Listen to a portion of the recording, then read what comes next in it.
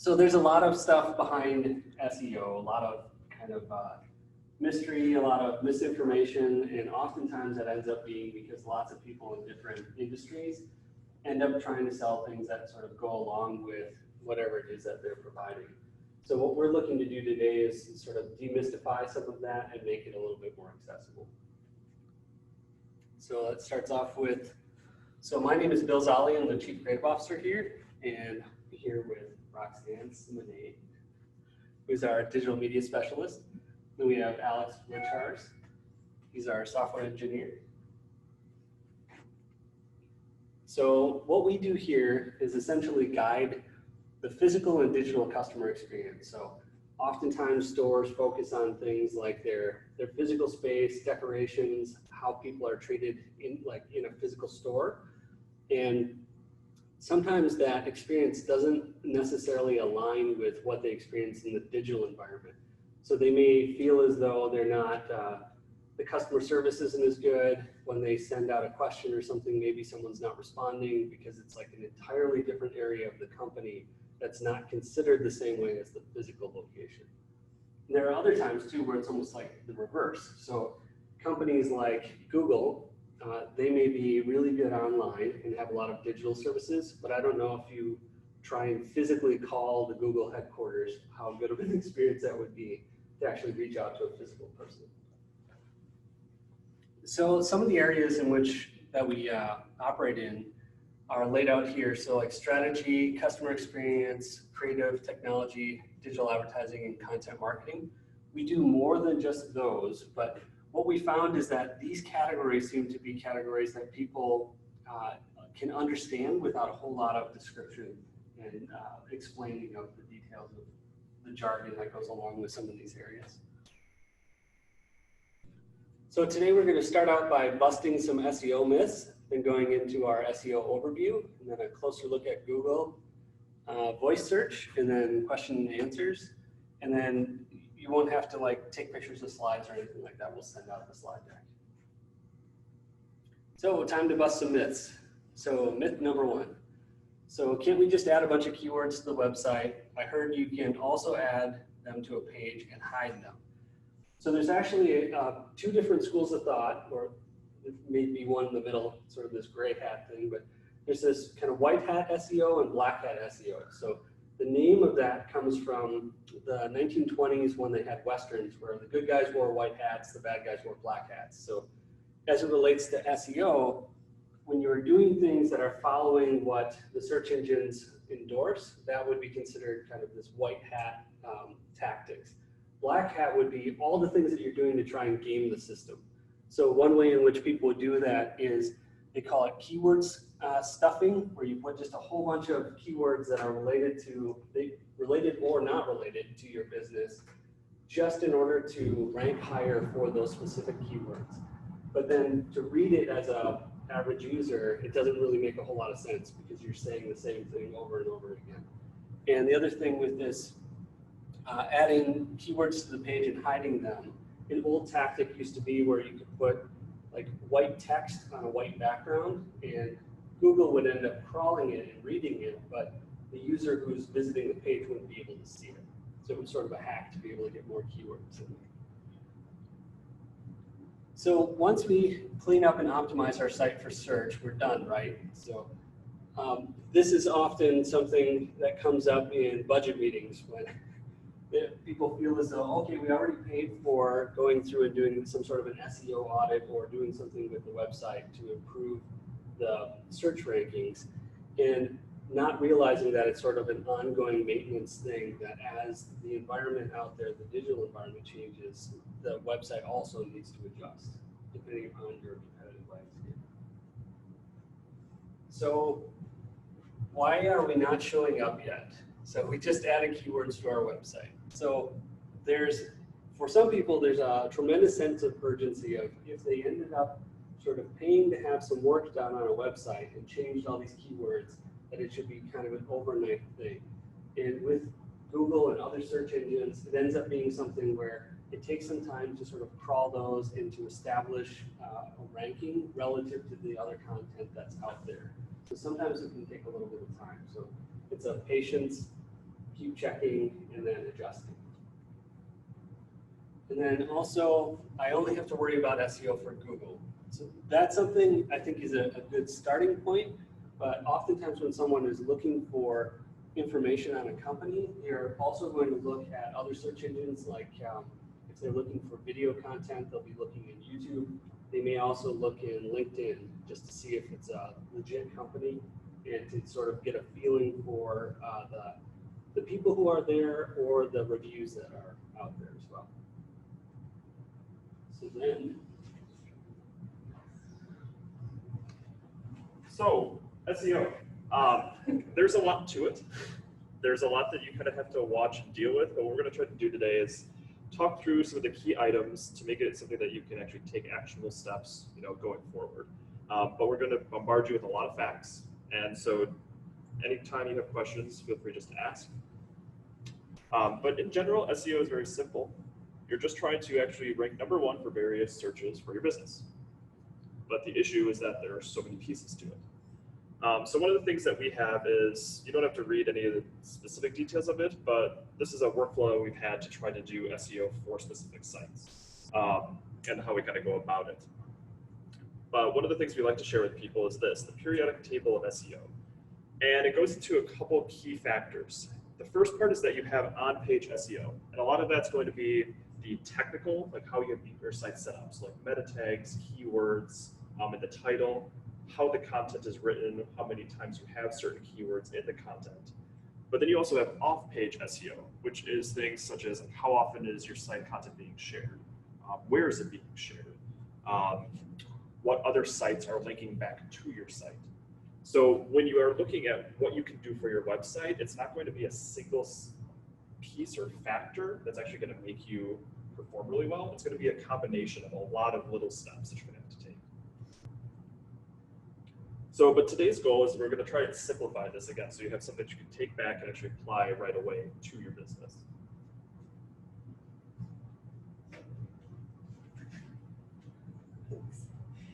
All right, so like Alex said, SEO is really complex.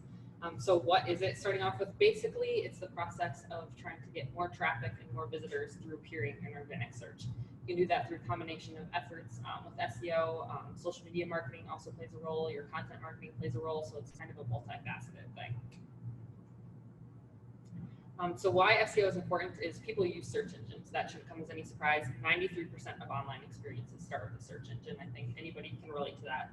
Typically, you are kind of starting off in Google or somewhere when you're starting that query. And SEO is really helpful because what it can help you do is reach the right audience with the right message at the right time, which is something that we're constantly trying to do all the time with all our efforts. So whether it is SEO or advertising or anything like that, that's kind of your goal, and SEO can really help you do that in a critical moment. So some common search engines, these are kind of the big three. So everybody's most familiar with Google. Obviously has the largest share, especially overall, 90%, but even on mobile, 53% of the market share there, over 4 billion searches. Bing is also important, something you want to consider. It is a little bit smaller, only about 2.2% of overall market share. And then you also have search engines like Yahoo.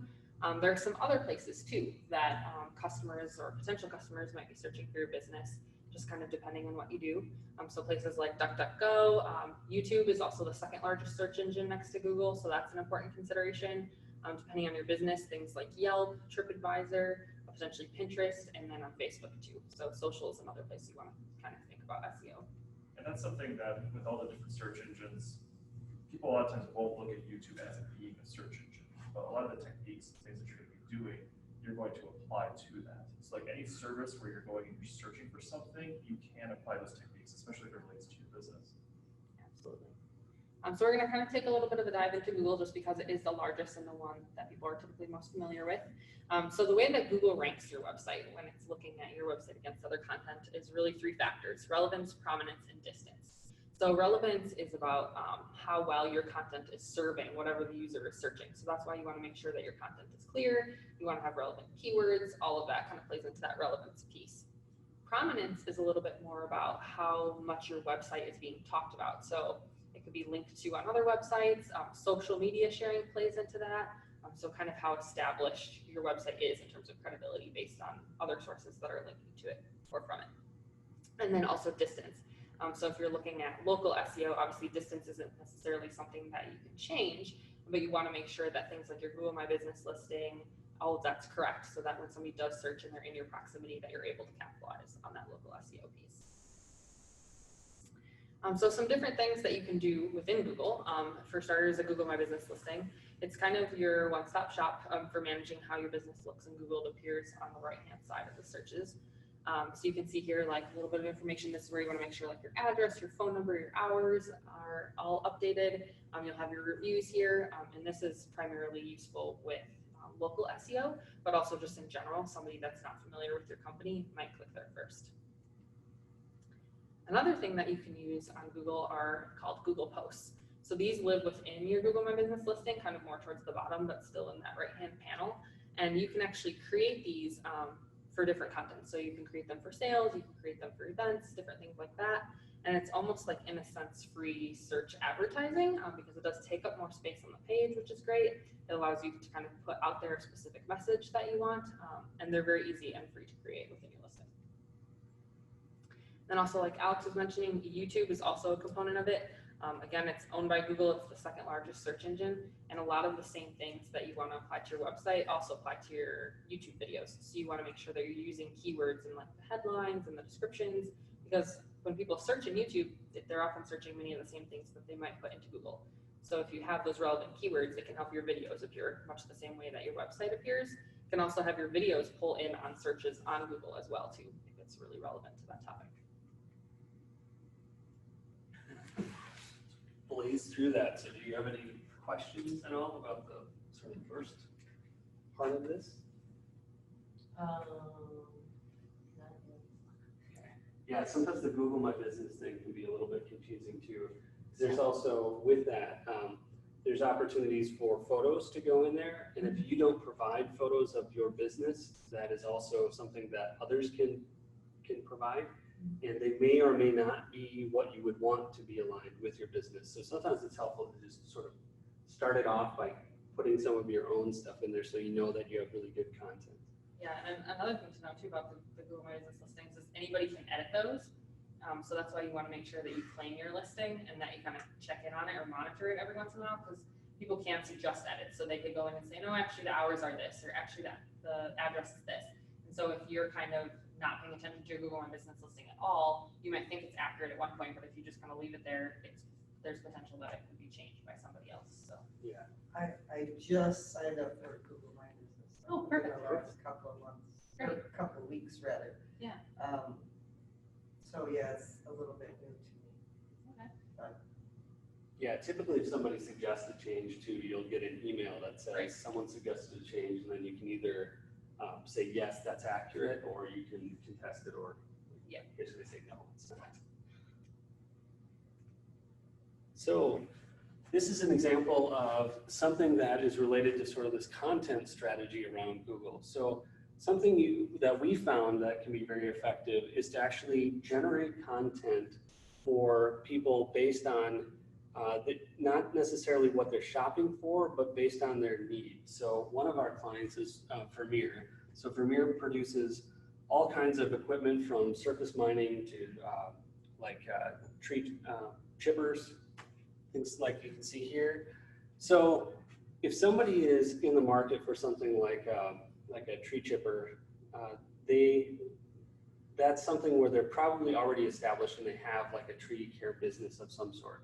But if you haven't even started to getting like into that part of it, you may be just thinking about like, how do I even start a tree care business? And who out there has that kind of information?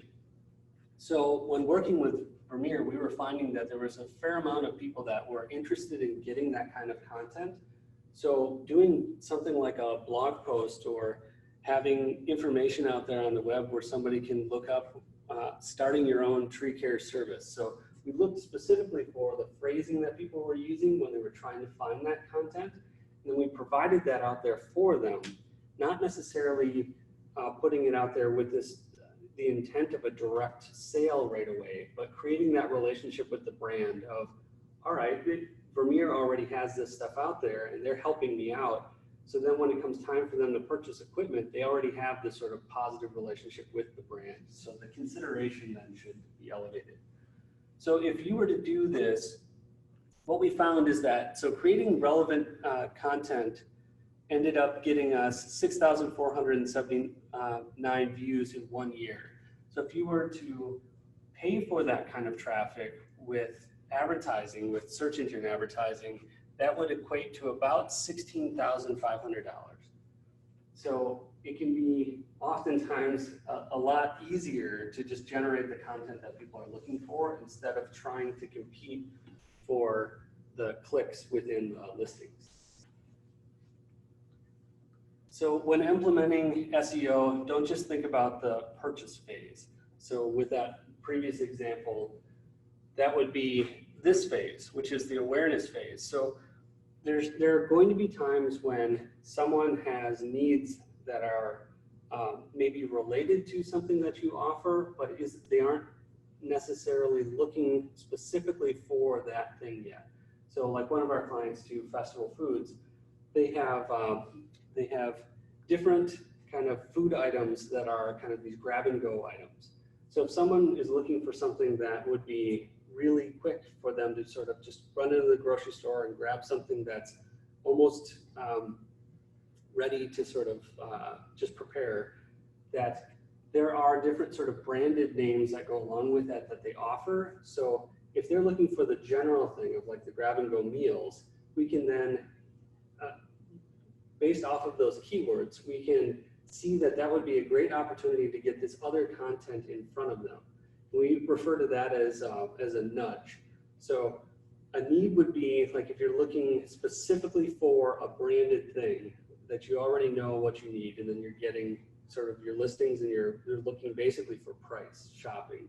But you could also be looking for just a solution to something, and that's a perfect time to get your solution out there along with sort of keywords. So this awareness phase we can create content for with blog posts and things like that. But then you also have the post-purchase phase, which would be, now I've already sort of purchased the equipment, but there's other things like consumables and service and parts and things like that that also you need to be out there and helping so that they don't feel any kind of buyer's remorse as they feel like they're sort of abandoned after they've made a major purchase. So this whole thing is kind of this ongoing circle where it's this continuous improvement where you start out by identifying the keywords and opportunities, then you add those into the website. So it'd be part of the coding, copywriting phase, and then that gets into reporting. So basically checking out and seeing how everything is doing. And then based off of your rankings and traffic to site, you can then decide whether or not maybe you need to do some paid advertising to get visibility on things that you're not able to sort of get that kind of the attention that you want with just producing the content. There's also social media. So if you were to do some different posts that were related to the type of content that you're also looking for somebody to find you relative to, and then just keeping that whole cycle going. So just like Bill said, it's a circle, kind of like the circle of life. Overall, you're trying to promote your brand and actually make sure it's being found by people who want what you need. So the first step with that, kind of going into detail for this whole cycle, is the research and analysis. A big part of that is going to be, first off, empathizing with your customer and what their needs are, what their situation is. Part of that is going to be then using tools like Google's Ad Key Planner, or there's some other services like Moz or SEMrush to get a bearing for what keywords are being used for what services and products you're offering. So as an example, something to consider with that is donuts. Say you had a bakery and you really want to focus on where you're ranking for donuts. Well, how are people actually searching for that specific product? There are two different ways people can spell that. And so one of the things that we'll use sometimes is Google Trends, where we put in specific keywords and terminology because we had thought about just how everybody spells donut a little bit differently. Well, which one's more popular? And on average, donut without the GH is actually far more searched than the DOUGH. And then also when we were looking into this information, we did notice that there was a spike, and it was actually National Donut Day, but for search terms. And so that's something that as you're going through and thinking about what services you're offering, it's empathizing and figuring out how are people searching? What are the terms that they're using? Because you might have insider knowledge or internal terminology that you're used to, but that might not be how your customers are actually going to be searching. With that too then, once you kind of have gone through and figured out the terminology and some of those messages that you want to actually provide, then you start to look at your website. Well, do you have pages with content for that terminology? If you don't, well, then that's something that you would look at trying to write up chunks of content to appeal to those specific keywords. You would design that out, program the site, but that will be the next part, is actually getting physical places for that content to exist. So how do you go about doing that? Odds are you're going to have a website, and hopefully it's responsive, because right now search engines, especially Google, are looking at responsive sites far more favorably. Same thing if they have an SSL certificate, for instance. With content. What Oh, do you mean by both of those? for a responsive website? Yeah. So a responsive website is one that if you look at it on a computer, but if you visit it on your phone, it's still going to look in a aesthetically pleasing way. Like the content will basically shrink down, it might readjust things so it's actually, you can navigate more easily, and you're not ending up having like pinch and zoom on your phone. Some sites, if they don't have the site readjust, Google has a way to look at it and go like, this isn't friendly enough, we're not gonna show this as a result. Because at the end of the day, Google has their own product, which is to provide relevant search results. So you're kind of also making it their product better, and the better you can do that, the higher chances you have of people actually finding your site, because Google will be like, oh, your site's really nicely laid out. You have a SSL certificate for both security purposes and to kind of know that you're kind of established. So a lot of those little pieces. What was that thing, that certificate that you just said? So SSL certificates are a way to secure a connection between somebody who visits your website and their computer. A lot of times SSL certificates will be on commercial website or like e-commerce websites where you're selling products, and that's what gives you that HTTPS. You get a little padlock a lot of times. I don't sell anything on my site, so. Okay. It's still something where if you can, it'll help you in search results. Okay. Because any site that has an SSL certificate will get a small boost. Okay. So going back to like that periodic table of SEO, that's one of those pieces. It's not going to be like a game-changing difference, Sure. but it's just a item that you can do that at least help you a little bit. Okay. But then when it comes to the content piece of it, I don't know if you want to speak to that. Yeah, so when it comes to content, a lot of times you're playing with the keywords on your site. So what we typically recommend is that you want to have a keyword per page that you're really optimizing for. You don't want to have multiple pages all optimized for one general keyword, because then they'll wind up working against yourself. You'll be competing against yourself, basically. So you kind of want to make sure that you tailor each page to a specific keyword. Is kind of a rule of thumb for us. And then generally you want to have that keyword 5 to 7 times within the copy of that page. You want to make sure that you have things like a metadata title, metadata description, because that's what appears when you do a search result and you see kind of like the headline and then a little description. If you actually write that and implement that on each page of your site, then you know A, that what the user is seeing is actually what you want them to see, and B, if that's well written and has the keyword, you're more likely to rank. And then also your URL plays a role in that. So anytime your keyword can be in the URL, that's really going to help you with search results too.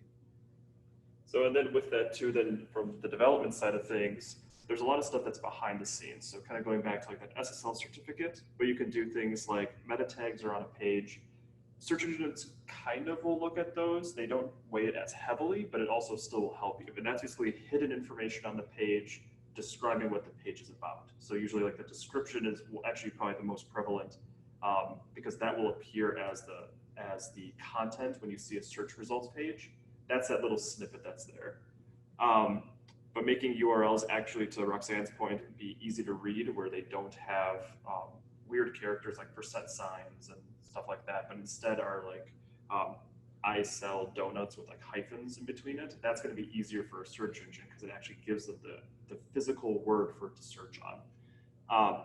And then some things you can also do is the speed and load time for a site. So if your site takes a while to load, Google actually will look at that a little bit less favorably versus a site that loads in a couple seconds. And there are some new technologies out there too that Google will look at, something called AMP. But that's kind of like more like a next phase once you kind of get more established with your search. So then another important component is the reporting piece. So if you're doing all this great SEO work, you want to make sure that you're also reporting on it. Otherwise, you're not going to know if your efforts are making a difference or not. So you want to start tracking your progress. Typically, if you can, you want to get a gauge before you start doing any of the work so you can kind of get a benchmark and see where you're at. So this is just kind of an example of something that you might do to track a page and how you're doing with a keyword.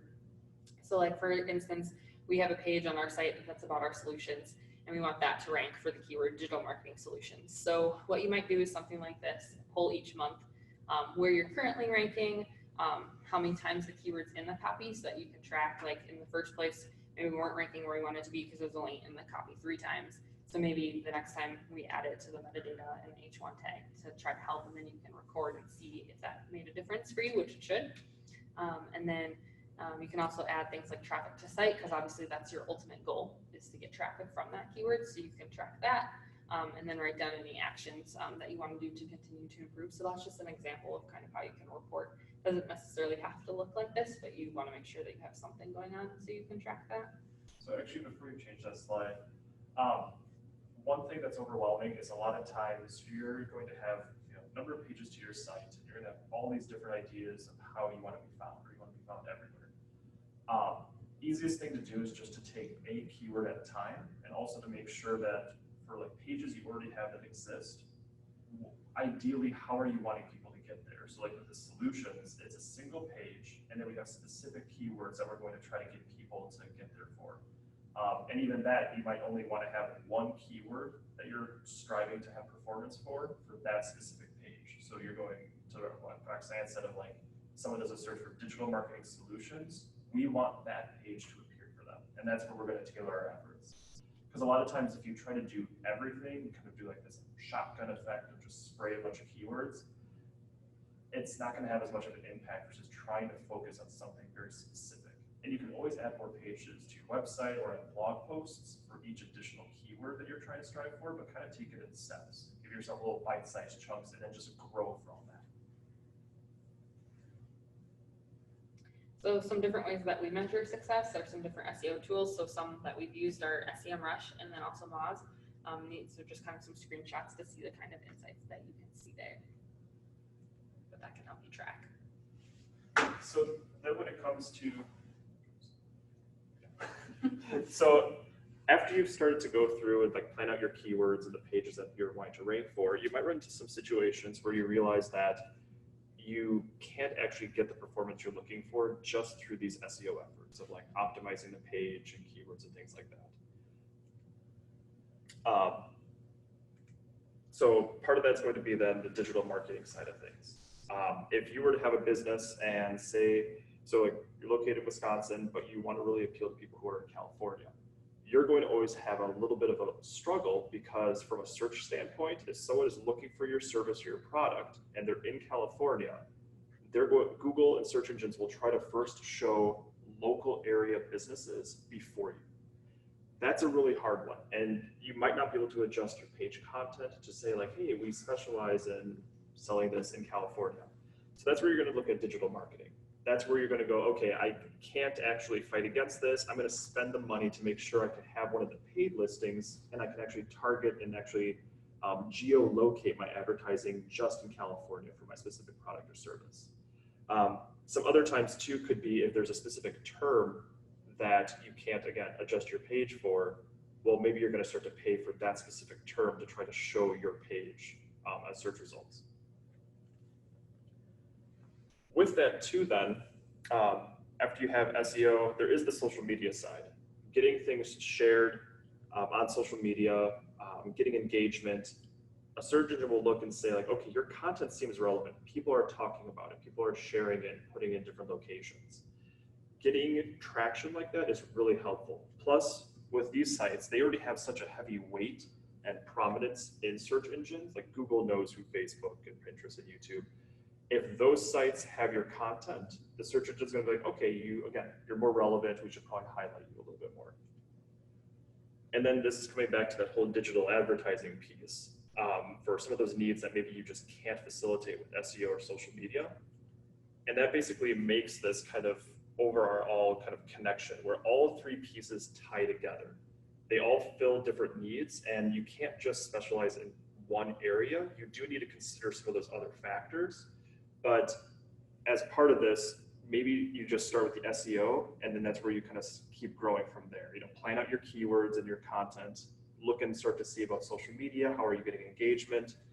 Use digital advertising when you need to, when you can't get the traction you want, or you want to get more traction on specific goals and needs that you do have. Then another really big topic right now when it comes to SEO is the concept of voice search. So that would be like any sort of voice device. So whether it's Siri on your phone or some sort of Google Assistant or different device like that. Voice search is really important. Around half of all teens and adults use voice search every day now. So like I said, whether it's a simple thing like going to your phone or it's something that you now have implemented in your house, it's just becoming more and more popular, and it's projected to stay that way and become even more prevalent moving forward. Search engines, when you do a voice search query, they're looking for the most relevant search results, and context is really important. Because when you think about it, when you search on your phone or on desktop in a normal setting, you're going to get like a whole page of results. Well, when you do a voice search, sometimes it's just spitting back at you one answer. So it's a little bit trickier to kind of navigate that. So here we just kind of have a market breakdown. So you have different devices. So you have Hey Google, Siri, Amazon Alexa, Cortana, some different examples. So like Siri, you can see has largest market share just because of how prevalent it is in people having iPhones and things like that. How often they get the questions answered correctly. So actually, Hey Google tends to be a little bit more accurate when compared to some of the others. So just kind of some interesting facts there. You can see that that Google and Bing both have a place there. So that's another reason why we've shared that you don't want to just think about Google. Because if you're just thinking about Google, then those other devices that use Bing, you're not optimizing for those. So then the question becomes, how can you optimize for voice search? So one thing that we recommend is thinking about long tail keywords. The difference between when somebody types in a search versus voice search is typically the type of keywords that they're using. So when you just search typing on your device, you might use a couple shorter keywords just to get started.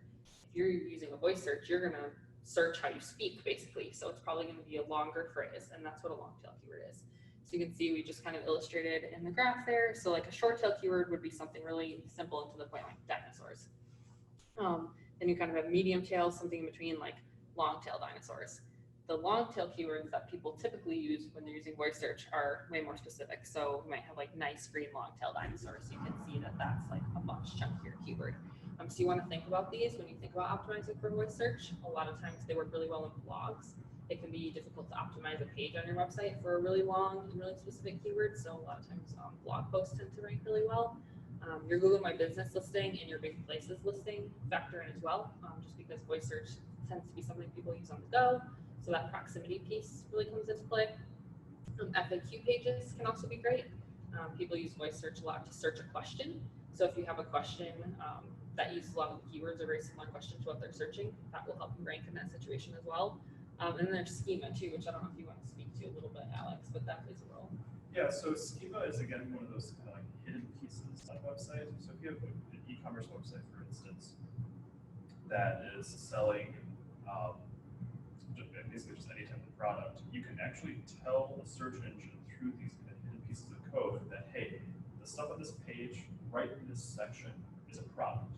And this is the product's price, this is the product description, and it helps the search engine better read your page so that when it's using for voice search or even for displaying search on the actual search engine results page, it has more context. So that if you ask like voice search about like how much is this product, Google and other search engines go, oh, your website actually gave me and told me what the price was for this item.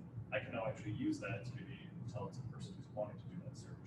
But it's all kind of hidden behind the background. So like movies and recipes are two other pieces of content where you can add additional schema to, just say like, here's the rating, here was the critiques for the movie, here's the movie photo, the title, the actors, all these things, but it's just all kind of secondary and in the background, but really can help you from a search standpoint. So then, just kind of looking at the trends with voice search, again, it's not going anywhere. It's something that is going to stick around and probably become even more prevalent moving forward. Projections show that by 2020, at least 50% of all searches will be performed via voice search. You can see here too the importance of voice search when it comes to local businesses, especially. Again, just because you're thinking that piece of the context of when somebody's using a voice search might be in their vehicle or on their mobile device when they are kind of on the go. So 46% of voice search users look for a local business every day. You can see it kind of broken down by what their intent is, but it is pertinent to a variety of businesses and industries. It can also drive purchasing decisions. So we're getting to the point now where people are actually using their voice assistants to make a purchase. It's not just strictly questions anymore, like kind of how it started out, but they're actually using it to search for things that they intend to buy and will make a purchase at that time.